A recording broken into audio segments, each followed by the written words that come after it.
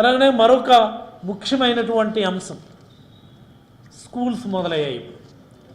June 2వ వారం అంటే అన్ని స్కూల్స్ మొదలైపోతాయి, పెద్ద ఎత్తున అడ్మిషన్లు జరుగుతాయి. ప్రభుత్వ బడుల్లో సుమారుగా ఒక 34-35 లక్షల మంది పిల్లలు ఉన్నారు. అంతే. ప్రైవేట్ బడుల్లో సుమారుగా 50 లక్షల మంది పిల్లలు ఉన్నారు.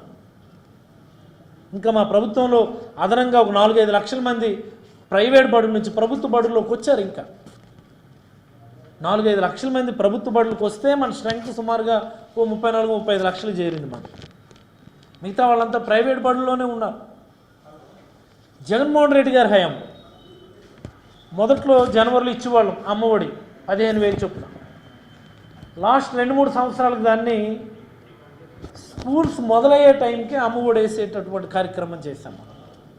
అంటే జూన్లోనే అమ్మఒడి డబ్బులు వేస్తే ప్రైవేట్ బడిలో చదువుకునేవాడు ప్రైవేట్ ఫీజులు కట్టుకుంటాడు, ప్రభుత్వ బడిలో చదివేవాడు వాళ్ళ అవసరాలకు వాడుకుంటాను, గురుకులాల్లో చదివేవాళ్ళు ఈ ట్రావెలింగు లేకపోతే హాస్టల్ ఖర్చులు అవి ఇవి దానికి వాడుకుంటాడని జూన్లో ఇవ్వడం మొదలుపెట్టాము. జూన్లో ఇవ్వటం వల్ల తల్లిదండ్రులందరికీ కూడా చాలా వెసులుబాటు ఉంటుంది. ముఖ్యంగా ప్రైవేట్ బడుల్లో చదివేటటువంటి తల్లిదండ్రులు ఎవరి దగ్గర చేయి చాచకుండా ప్రభుత్వమే నేరుగా పేరెంట్స్ అకౌంట్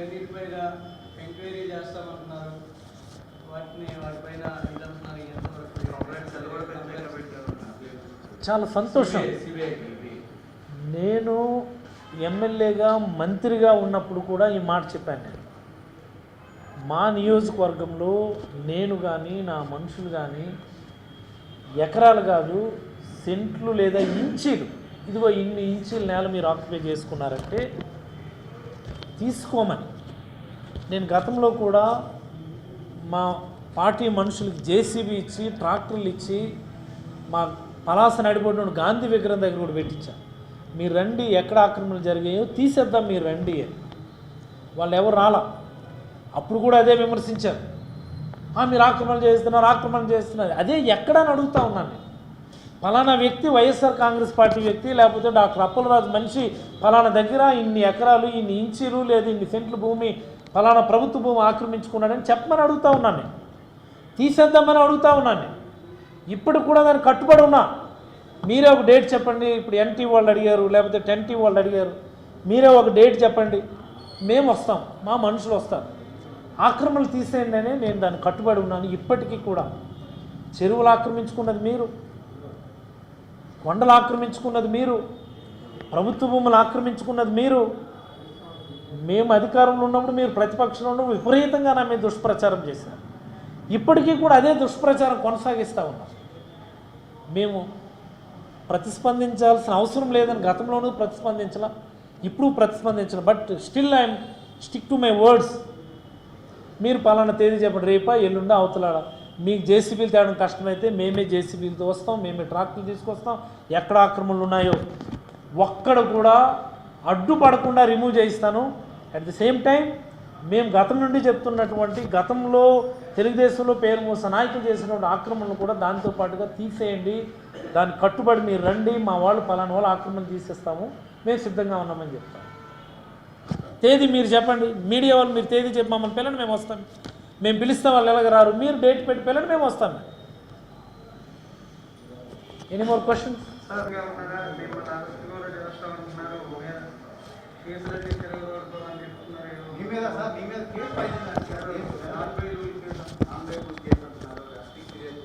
చంద్రబాబు గారిని విమర్శించాలని కాదు, కానీ నేను 2017లో రాజకీయాల్లోకి వచ్చాను. 2017 నుంచి 19 మధ్యలో అంటే ఆ 2 years ఆఫ్ పలాస నియోజకవర్గానికి అపోజిషన్ లీడర్గా ఉన్నప్పుడు నా మీద 5 FIRలు వేసింది అప్పటి ప్రభుత్వం. 5. నేను ఎమ్మెల్యేగా మంత్రిగా ఉన్నా పోనీ 19 నుంచి 24 వరకు. ఒక్కటంటే ఒక్క కేసు అపోజిషన్ లీడర్ మీద మేము పెట్టాము, ఒక్క FIR వేసాము. మాట్లాడితే పోలీసులతో బంధించేశారు, పోలీసులతో ఇబ్బంది పెట్టారంటే ఒక్క FIR చూపించమని అడుగుతాము. ఈ ప్రభుత్వం వచ్చి ఇంకా 15 రోజులే కదా అయింది, ఆల్రెడీ ఇంకొక FIR నా మీద వేశారు. అంటే ఇంకా ఈ 5 ఏళ్ల కాలంలో నా మీద ఇంక ఎన్ని FIRలు వేస్తారు? నేను వచ్చి బయటకు వచ్చి మాట్లాడితే ఒక FIR వేస్తారు. ఆ రోజు అలాగ మాట్లాడాడు, ఈ రోజు ఇలాగ అన్నాడు. పాతవి అవి ఇవి కొత్త తీసి ఇంకెన్ని ఎఫ్ఐఆర్లు వేస్తారు, ఎన్నిసార్లు అరెస్టులు చేస్తారు. నేనైతే మెంటల్గా ప్రిపేర్ అయిపోయాను. నన్ను ఎందుచేతంటే ఈ ప్రభుత్వం వచ్చిన ఈ 15 రోజుల్లో మనం చూస్తే కేవలం ప్రభుత్వాన్ని రన్ చేయడం మీద కంటే కూడా, గవర్నెన్స్ మీద కంటే కూడా, పరిపాలన మీద కంటే కూడా కక్షలు కార్పణ్యాల మీదనే దృష్టి పెట్టింది. అవే ప్రధానం అనుకుంటుంది. దాని మీదనే వైఎస్ఆర్ కాంగ్రెస్ పార్టీ కార్యకర్తల నాయకుల్ని వేధించడం, వాళ్ళ ఇళ్ళ మీదకి వెళ్ళడం, ఆస్తుల మీదకి వెళ్ళడం, ప్రభుత్వ ఆస్తుల మీదకి వెళ్ళడం అనేది మనందరం చూస్తాము. దానికి నేనేమీ మినహాయింపు అనుకోవడం లేదు. నేను ఒక నియోజకవర్గానికి ఎమ్మెల్యే, ఒక డిపార్ట్మెంట్కి రాష్ట్రానికి మంత్రి కాబట్టి రకరకాలు ఏవో చేస్తారు. వాటన్నిటికీ ప్రిపేర్డ్గానే, వాటన్నిటికీ కూడా ప్రిపేర్డ్గానే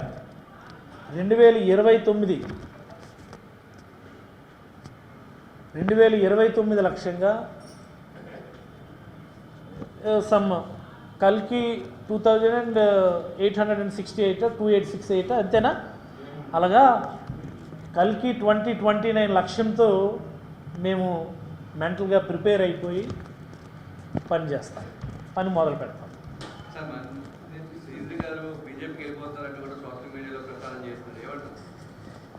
doctor Appalaraju, you know what is doctor Appalaraju? మేము వచ్చింది జగన్మోహన్ రెడ్డి గారు ముఖ్యమంత్రి చేయడం కోసం రాజకీయాల్లోకి వచ్చాం.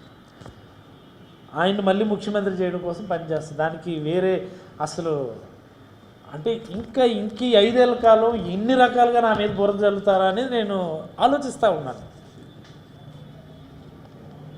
ఎన్ని రకాల కేసులు పెడతారో, ఏవేవో పెడతారు రకరకాలు. ఇంకంటే ఊహించిన కేసులు కూడా పెడతారు. ఇలా కర్ణాటకలో పెట్టిన కేసులు లాంటివి కూడా పెడతారు ఇక్కడ. చూద్దాం, let us wait for that. We are prepared for it. Thank you for your patience.